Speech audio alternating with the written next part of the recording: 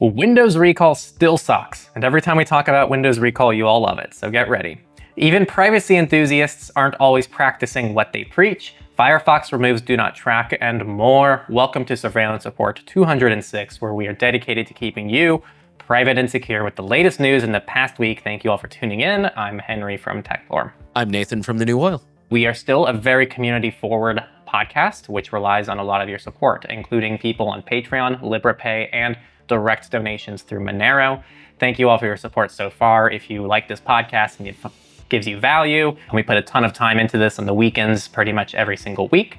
And so what we try to do is we have a private Signal group for you that you can access through Patreon. And we also do versions of this podcast without these segments so that you don't have to skip anything.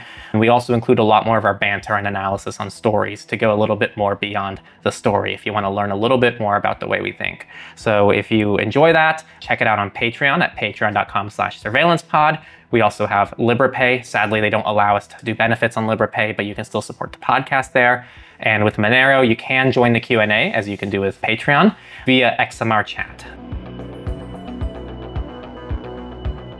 And the highlight this week is Windows recall. So Microsoft is screenshotting credit cards and social security numbers, even with the sensitive information filter enabled. When this originally came out, Microsoft Recall. I'm going to edit this into the beginning because I didn't want to stop you since you were on a roll. But for those just joining us, Windows Recall, if by some miracle you haven't heard of it or you don't know why you clicked on this, is Microsoft is rolling out this feature. It's only on Copilot Plus PCs for now, although I have zero doubt they're going to roll it out to everybody as soon as they possibly can. And it takes a screenshot of your computer continuously and then uses AI to make it searchable. So you can look through, like if you were like, what was that book with the blue cover I saw on Amazon?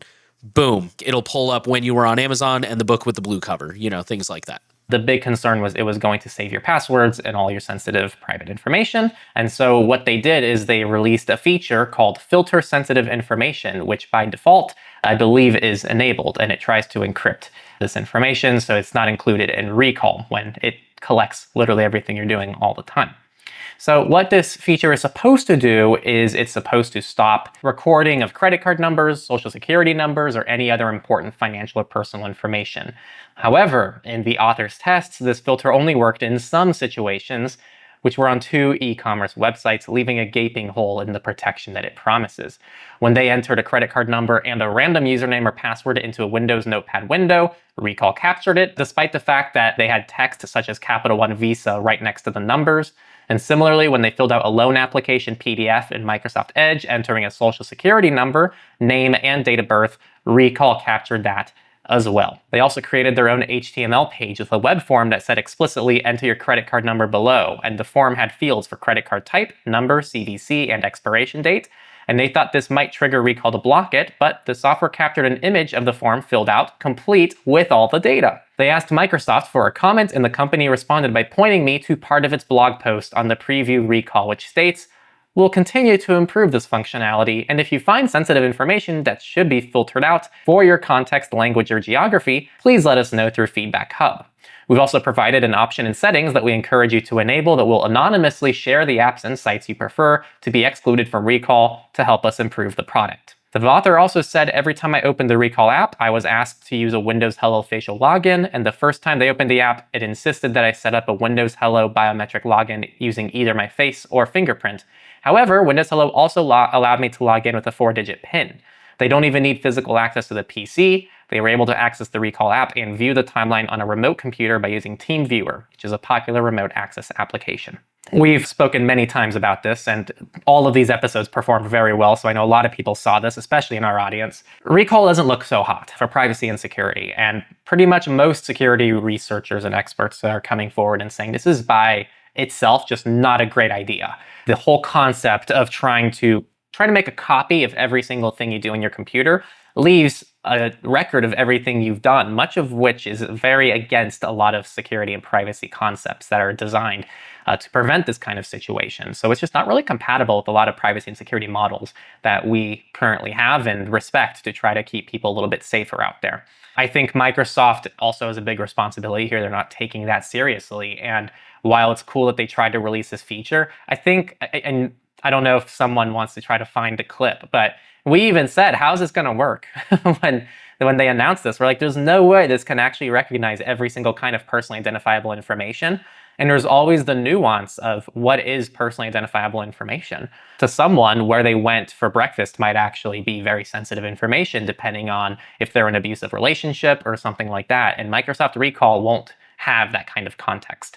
So it's very tricky to ever really suggest using this feature if you're somebody who cares about their safety online. It's going to be really hard to justify this one on my end. Very bad news, and I hope they make it better, but I don't know if they could make this one that much better. It's just a very tough product to make in a way that's respectable to you. You said most of my stuff. I really agree with you. You said like they're not taking responsibility here, because that was my first thought when the author was like, they pointed me to their blog that says, you know, if you find sensitive information, go ahead and submit it to us, to give credit where it's due. Which, for the record, for those just joining us, we have never defended this feature. We could see why some people might like it, but there's so many concerns and red flags, and from the get-go, it was clear they did not think this through in the slightest. So we have not had a lot of faith for that. At no point have we been like, I'm really excited for this. I think it's a cool idea. It's been like, well, I guess I could see a use for it, but there's a lot of problems. What is the use for it?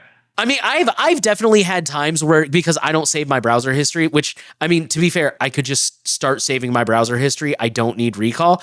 But like, I've had times where I'm like, oh, what was that website I was on? Or like video games. Like, I play a lot of strategic video games. So it's like, where was that one strategy I did that worked, that one place I spawned at, etc. Like, it's a very limited functionality, but I could see it. Yeah, I mean, like, I'm not saying someone can't find a use case for it, but I think the way they're presenting it, it's weird that for like consumers and end users, they're like, this is the next big thing. And it's like, wait, who's actually going to ever use this? Like, most people I know just use their web browser, and that's like 80% of what they do, and then maybe Microsoft Office. I don't know. I think you undersell it a little bit. I think it would be a little bit more popular than you give it credit for, just based on the conversations I've had with people. Like, I don't think anybody's calling for this feature, but I think that if it were a thing, people would be willing to use it. Just the general people who don't understand all the problems with this. My point is, I'm trying to give credit where credit's due, particularly in context of this blog post, where we'll continue to improve this functionality. And if you find information that should be filtered out, let us know. Like, on the one hand, yes, no software is ever going to be perfect. And that's great that they do have this hub. But at the same time, the author points out, it's like they tried so many different ways to get Recall to recognize that they were putting in sensitive information, and it wouldn't do it. This product is clearly not ready, and that's being generous. Like, this product is so not ready, and Microsoft is just putting the onus on the user. Like, well, let us know what's wrong with it. No, you pull it back, because like Henry said, like, they're trying to act like there's some big demand to get this thing. Nobody's really that excited for this. In fact, from everything I've seen, nobody's excited for this. I'm the most generous person I've seen so far in terms of like, maybe there's a use case for this. I haven't seen anybody be like, I can't wait for this thing. It's clearly not ready. And again, being generous, they need to pull it back and do more work. And then also the whole thing with the remote login, that's insane. I don't have strong opinions on the software itself. I just think Microsoft from day one has shown they're not taking this seriously. They're not putting in the proper work to make it remotely secure, remotely privacy respecting, remotely intelligent, which is funny because they want to rip off Apple and call it Microsoft Intelligence. I mean, we've said from the get-go that we wouldn't recommend using this thing, and I think that still stands. Yeah, I mean, it sounds like it just wasn't very well thought out. Even from the get-go, from the very beginning, like, they faced backlash and they pushed it back because it wasn't encrypted. They didn't even say that they were going to blur out stuff originally, like, except for copyrighted material. That was the only thing. So it wouldn't catch Netflix, but it was totally fine catching all your passwords and your medical login portals and all that kind of stuff. It's like, nobody thought this thing through from the start. And clearly everything they're trying to do now is clearly just a band-aid to fix the fact that nobody with two brain cells to rub together thought about this product. I should clarify, nobody with two brain cells to rub together in a position of power to make those kind of calls thought through this product for more than 2 seconds. Really quick, have you seen, I think Jonah shared it on Mastodon. Did you see the Onion video? No. Oh my God, I'm going to send it to you after this, and I'm actually going to put it in the comments because it's great. It's like, it's making fun of a TED Talk. It's only a couple minutes long. It's emulating a TED Talk where somebody's like, you know, we're collecting all this data. What could go wrong with it? And it's just, oh my God, it's perfect. I'm going to send it to you, and I'm going to put it in the show notes. Everyone should go watch it. It's great. It's exactly how this thing was created. And then this isn't really a headline story, but it was our only other Microsoft story, so we're going to go ahead and throw it in here real quick. Microsoft will not provide support or updates for Windows 11 PCs that don't meet the minimum hardware requirements. So as many of you guys probably know, Microsoft originally was very hardcore about installing Windows 11 on devices that met very specific hardware criteria. Lately, they've been kind of rolling that back. Sort of. Like, they haven't been as hardcore about it. They'll let you do it, but they're very much taking an attitude of like, well, fine, you can do this, but that's on you. We're not making any promises. So this author says that basically now there's a support page on Microsoft's website, which basically says all the things that might go wrong if you choose to install Windows 11 on an unsupported system. So this includes unspecified compatibility problems, a watermark noting the PC's non-compliant status. And they say more significantly, it states if you proceed with installing Windows 11, your PC will no longer be supported and won't be entitled to receive updates. Well, they say this is unambiguous, no security updates, and that it's in addition to the rather alarming warning that, quote, any damages to your PC due to a lack of compatibility aren't covered under the manufacturer warranty. And then for those who don't know, Windows 10 is going to stop receiving updates on October 14th. Upgrading to Windows 11 means you're probably going to have to go buy a new computer, or you're going to have to keep using a device that is also not receiving security updates. So it's kind of a crappy situation. With that said, we now have data breaches. Anna Jacques hospital ransomware breach exposed data of 300,000 patients. They're a not-for-profit community hospital in Massachusetts, recognized for delivering high-quality care and performing almost 5,000 surgeries yearly. They confirmed on its website that a ransomware attack it suffered almost precisely a year ago has exposed sensitive health information for over 300,000 patients. Note, it was on December 25th. According to the entry on the Office of the Maine Attorney General, the incident has impacted over 300,000 patients, and according to its results, it exposed demographic information, medical, health insurance, social security numbers, driver's license numbers, financial information, other personal or health information provided to the hospital. Those impacted are being offered 24-month-long identity protection and credit monitoring services through Experian and 1B. Bitcoin ATM giant Byte Federal says 58,000 users' personal data was compromised in a breach. So this was also a filing with the Maine Attorney General, and Florida-based Byte Federal said that attackers tried to access the data of customers, including names, addresses, phone numbers, government-issued IDs, social security numbers, transaction activity, and user photographs. Byte Federal, which operates more than 1,200 Bitcoin ATMs across the U.S., said it has since performed a hard reset on all customer accounts and updated its internal passwords. Security arteries burst. 446,000 are exposed in vein treatment center breach. This is a Maryland headquartered clinic, and they suffered this, and the attackers stole sensitive personal information like lab results and health insurance information. They claim to be America's largest physician-led vein center with over 110 locations. The full list of exposed data includes addresses, date of births, social security numbers, driver's license numbers, medical record numbers, diagnoses, lab results, medications, treatment information, health insurance, provider names, dates of treatment, and financial information. Blue Yonder is investigating data theft claims after ransomware gang takes credit for cyber attacks. So for those who don't know, we've been covering this story quite a bit. Blue Yonder is a logistics company. They handle over 3,000 customers, and some of those include like supermarket chains in the UK, Morrisons, Sainsbury's, Starbucks. There's a whole bunch of them. So this is just a real quick update. Blue Yonder basically has declined to say how much and what types of data have been stolen, but did not dispute the claims made by the attacker when TechCrunch asked them. I think this was TechCrunch. Just a quick update to say now we know. I think we did cover that this story was happening. Usually I try not to cover them if there's no data concerns, if it's just a quote-unquote regular cyber attack, but I feel like we did mention this. So yeah, now we know that data has almost certainly been stolen. We'll keep you updated if we hear more about how much and what kind. And now companies. We're going to start with a location data firm who's offered to help cops track targets via their doctor visits. They're asking police for the address of specific people's doctors in case that can be useful in finding their mobile phone in a massive set of people's location data. The document is a project intake form that asks police for information about the people of interest, including known locations, biological information, family and friends' addresses, and doctors' offices that they may visit.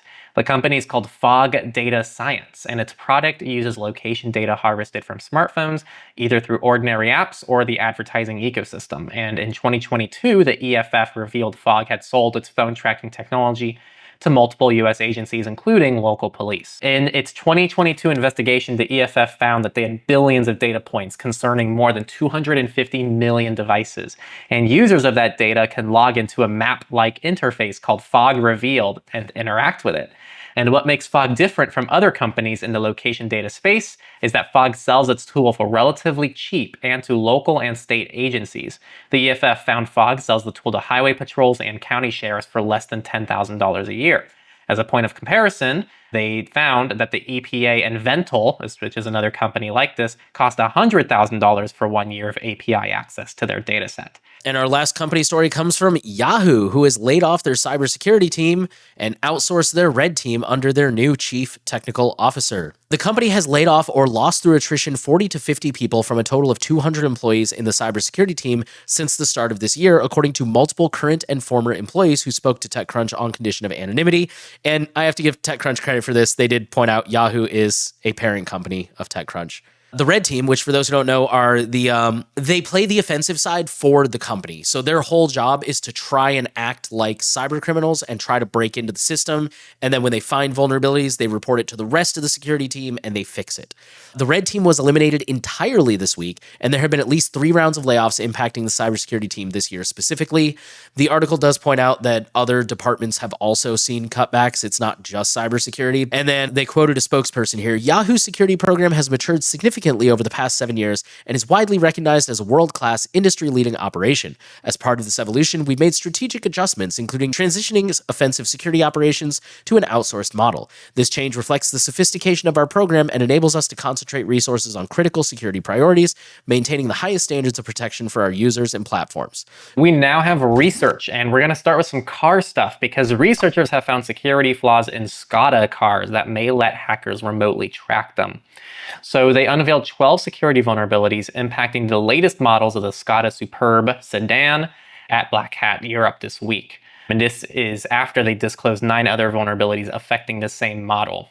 And for those who don't know, this is a German automobile giant. They're actually a Czech company that's owned by Volkswagen. Cool stuff. Pretty much the vulnerabilities can be chained together. So it's not just one that causes all the damage, but when you combine them together, it can be exploited by hackers to inject malware into the vehicle. And then an attacker would need to connect the computer or the media unit via Bluetooth to exploit the flaws of the vehicle. So they noted the attack can be performed within 10 meters without authentication. The vulnerabilities could allow attackers to achieve unrestricted code execution and run malicious code every time the unit starts. This would let an attacker obtain live vehicle GPS coordinates and speed data, record conversations inside with the microphone, take screenshots of the infotainment display, and play arbitrary sounds in the car. The flaws make it possible for an attacker to exfiltrate the phone contact database of the vehicle owner if they have enabled contact syncing with their car. This is a big problem because usually you can't actually break the encryption and steal someone's contacts from their phone, and they mentioned this in the article here. But you can get that in plain text from your car's infotainment system now. They did not find a way to bypass the in-vehicle network gateway restrictions to access safety-critical car controls like the steering wheel, brakes, and accelerator, but there are potentially more than 1.4 million vulnerable vehicles out there, not just this vehicle, and they said the number of vulnerable vehicles could be much higher if one considers aftermarket components. PC Automotive, who's the people who did this research, said Volkswagen patched the vulnerabilities after they were reported through the company's cybersecurity disclosure program. And our last research story is very surprising. This actually comes from Tuda, the email provider, and they say only about half the users use passwords that are long enough. So this was a survey that they conducted among 2,500 users to better understand how much people know about password security. 16% typically use passwords of 10 characters or less. 32% use passwords with a length of 11 to 15. 31% use 16 to 20 character passwords, and 21% prefer passwords longer than 20 characters for maximum protection. Tuda points out we have to keep in mind that the average Tuda user knows a lot more about online security than the average internet user. For instance, the same survey also showed that 90% of users know how to encrypt an email end-to-end with Tuda Mail, and 43% are proficient in using PGP encryption, a number that we would definitely not reach had we put these questions to the general public. Despite this high level of digital knowledge, 34% of users use a password of 14 characters or less, even for private accounts like their encrypted mailbox. This shows we still have a long way to go to educate people on best security practices online. We actually didn't have any politics this week, which is interesting. And so we're going to skip ahead to the free and open source section, FOSS. Mozilla Firefox has removed do not track feature support. Here's what it means for your privacy. So they've removed DNT, which is a setting from the Firefox browser, and you can actually find it in pretty much every other browser. This change will take effect in version 135 and beyond, where the DNT setting will no longer be available. The change is already live and can be seen in the nightly version, and they recommend using the global privacy control setting as an alternative to prevent websites from tracking user data. This next one is really quick. It comes from the photo managing app Ente. Did I pronounce that right? I know you did the Ente. And they have rolled out a legacy feature, so you can add trusted contacts who can request to recover your account. If you do not reject the request within the stipulated time period, they will have an option to reset your password and access your account. All of this end-to-end encrypted. Molvad, the VPN, and for their VPN product, has released a 2024 security audit of the app. There was a total of 6 vulnerabilities discovered during the test by X41. None were rated as having a critical, but 3 were high, 2 as medium, and 1 was low. And there were 3 issues without a direct security impact that were identified. Overall, they're really happy with this, and they think they're doing a great job, and they want to keep doing this better. And I'll go ahead and take the last 2 just because they're both really short. The first one says, bringing intuitive workflows and visual updates to the Bitwarden browser extension.